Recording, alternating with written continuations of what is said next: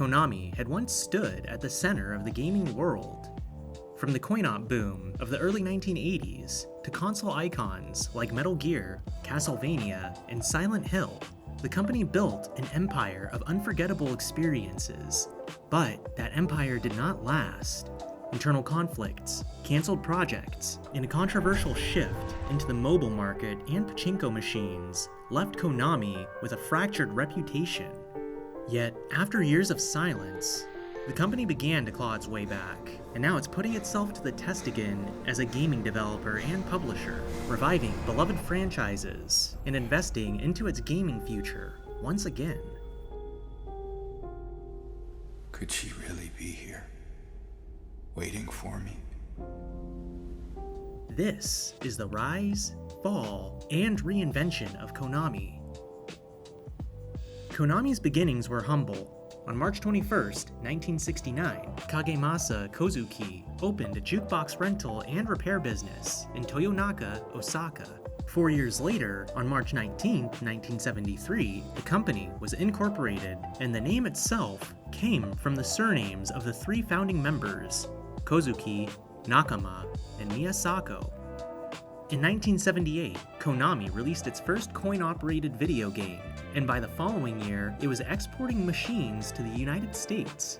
However, Konami's true breakout arrived in the early 1980s, when arcades were booming worldwide. Scramble and Frogger, released in 1981, Time Pilot, released in 1982, and Track and Field, released in 1983, became international hits. During this period, Konami's titles were often licensed to US distributors, such as Century and Stern Electronics. But by November 1982, Konami had established its own US subsidiary in Torrance, California, later relocating to Illinois in 1984 after acquiring Interlogic. And with one foot in Japan and the other in America, Konami was poised to dominate both sides of the Pacific. However, by the mid-1980s, the market was shifting away from arcades and into the living room. Interested, Konami tested the waters with a few games for the Atari 2600 in 1982, but it was Japan's MSX computer standard in 1983 and both Nintendo's Famicom and NES in 1985 that gave them a lasting foothold in the gaming market. Here, Konami created franchises that would endure for decades. Gradius introduced branching power-up systems, Castlevania in 1986 blended gothic imagery with punishing platforming, Contra in 1987 became a couch co-op phenomenon, and on the MSX, a young designer named Hideo Kojima reinvented action gameplay with Metal Gear in 1987, introducing stealth mechanics at a time when most games celebrated dire combat. At this point, Konami was no longer just making games, it was building cultural moments. Even its anti-piracy efforts became legendary. In 1991, the NES title TMNT3, The Manhattan Project, secretly sabotaged pirated copies by lowering the player's attack power, strengthening enemies, and even making the final boss unbeatable. During the 1990s, Konami entered what many considered its golden age. In June of 1991, the company rebranded as Konami Corporation, relocating its headquarters to Minato, Tokyo in 1993. As hardware grew more advanced, Konami reorganized development into specialized subsidiaries, and each studio developed its own franchises, from horror to stealth to rhythm. These years produced a stream of iconic releases. Castlevania Rondo of Blood in 1993, followed by Symphony of the Night in 1997, redefined as a side-scrolling adventure design. Metal Gear Solid in 1998 blended stealth gameplay with cinematic storytelling and production values that rivaled film.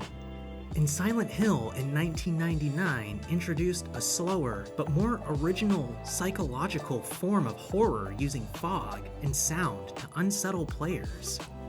Meanwhile, Konami found new ways to capture audiences.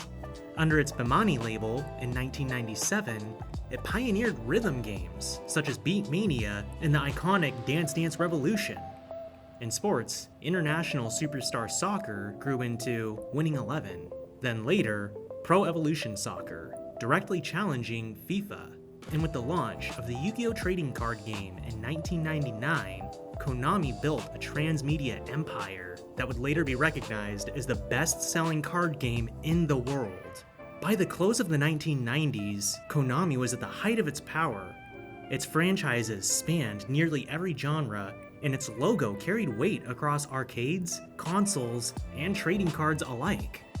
The 2000s continued Konami's winning streak, but also marked the beginning of a slow drift away from its roots. The company changed its English name to Konami Corporation in July of 2000, while expanding into new businesses such as health and fitness clubs. In 2001, Konami acquired a stake in Hudson Soft, known for making Bomberman and Adventure Island, eventually merging the company into just Konami by 2012. On the creative side, the output remained strong. Metal Gear Solid 2 in 2001 and Metal Gear Solid 3 Snake Eater in 2004 became benchmarks for cinematic design. Silent Hill 2 in 2001 also set a new bar for atmospheric horror. Zone of Enders built a cult following, and Winning Eleven competed neck-to-neck with FIFA worldwide. But this is when the industry was changing. HD consoles raised production costs, and blockbuster titles demanded longer dev cycles and bigger teams. To manage these challenges, Konami consolidated its divisions into Konami Digital Entertainment Corporation in March 2006, while the parent company transitioned into a pure holding company. This shift streamlined operations, but it reflected growing tension between artistry and business. And by the late 2000s, Konami was successful, but cautious. It still produced acclaimed titles, but executives were already looking for more reliable profit sources. And in the 2010s, those profit sources became clear. Konami doubled down on pachinko, mobile and gacha-styled games, and digital amusements. In Japan, pachinko had long been lucrative, but the move alienated console fans worldwide. However, the real breaking point came in 2014 with PT, a mysterious horror demo released without warning. By the end of the demo, players discovered it was a teaser for a new title called Silent Hills, a new project directed by Hideo Kojima, in collaboration with Guillermo del Toro and starring Norman Reedus.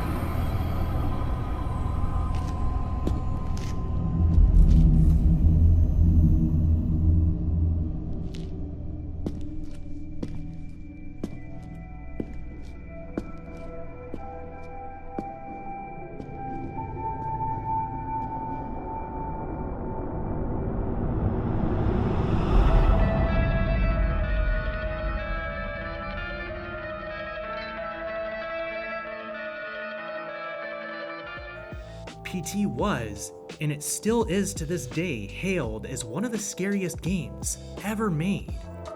But then, Konami, for no reason at all, decided to suddenly cancel PT, pull it from PlayStation stores, and Silent Hills was dead.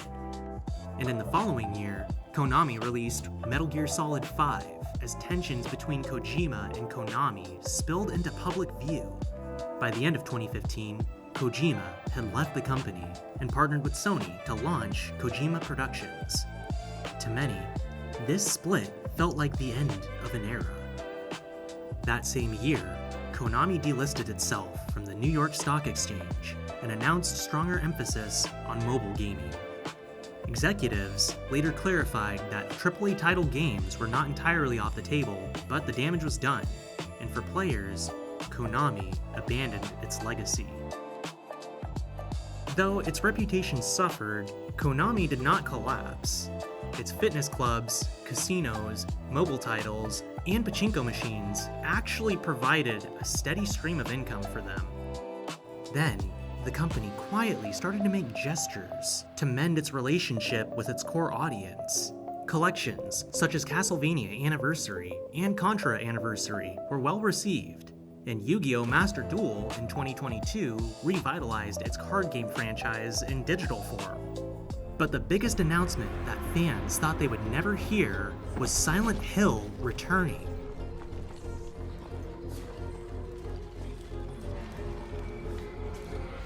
In 2023, Konami revealed the Silent Hill 2 remake, developed by Bloober Team.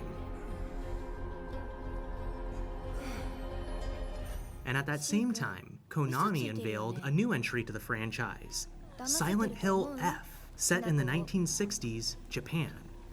The company is also starting to shift and invest in infrastructure and new media. In April of 2023, it opened a new studio in Osaka to support long-term development. In February of 2024, it launched Konami Animation, extending its IP into anime. And in May of 2025, it created Konami Arcade Games, splitting arcade development from pachinko production to sharpen focus. And although Konami has not regained its golden age dominance, it has begun to rebuild a little bit of trust, carefully leaning onto its rich catalog of IP. Konami's history traced the entire arc of gaming itself, from the coin-op boom to the console wars, from cinematic stealth to psychological horror, and from diversification and scandal to a cautious rebirth. It had once been the company behind Contra, Castlevania, Metal Gear, Silent Hill, and Yu-Gi-Oh! And although Konami has lost its way over time, it remained a name in gaming that nobody could ignore. What's your favorite Konami memory? Let me know in the comments below. And if you enjoy gaming history, like and subscribe for more gaming deep dives. This is West Coast Ninja, signing out. I will see you in the next video.